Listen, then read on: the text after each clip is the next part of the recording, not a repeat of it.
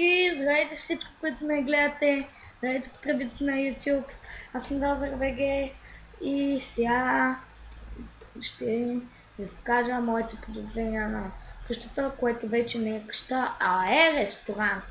И само да ви кажа, в част 2 на Survival открих къде е къщата, някак се изстрила сама. Няма нищо в нея, врата, прозорци, няма нищо. Да, нямахме прозорци, помничи. Гадно ми, драги зрители, и сега да влизаме. Това е ресторанта, който вчера се трудих да направя. Беше лесно. Вие знаете и че какво съм направил цялата къща.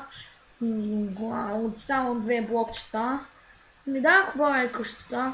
Преди мисля хотел да направя, но казвам, че няма да е хубаво да изглежда.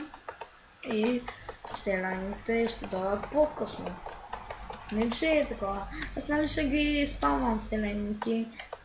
Те малко ще бъдат, ще излизат. Ще е хубаво. Пък и кога стане Коледа, ще правя коледни епизоди.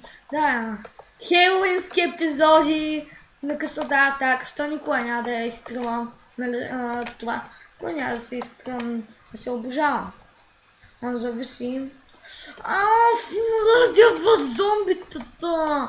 На всеки етаж да има едно зомби. Чакайте, след като бият този зомби, ще ви разведа малко. Той е предпоследния етаж на къщата. Град има само 2 маси, иначе нямаш да ме стигне мястото.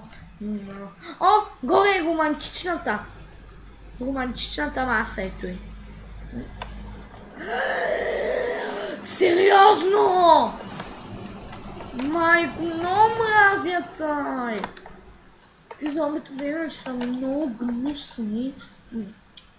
Ние живота са. Тук са направо смешни.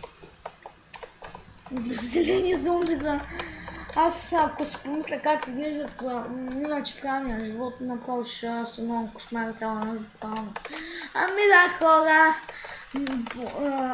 Това е всичко за днес. Да, не знам, че качих епизода на Minecraft Survival. И от мене, чао!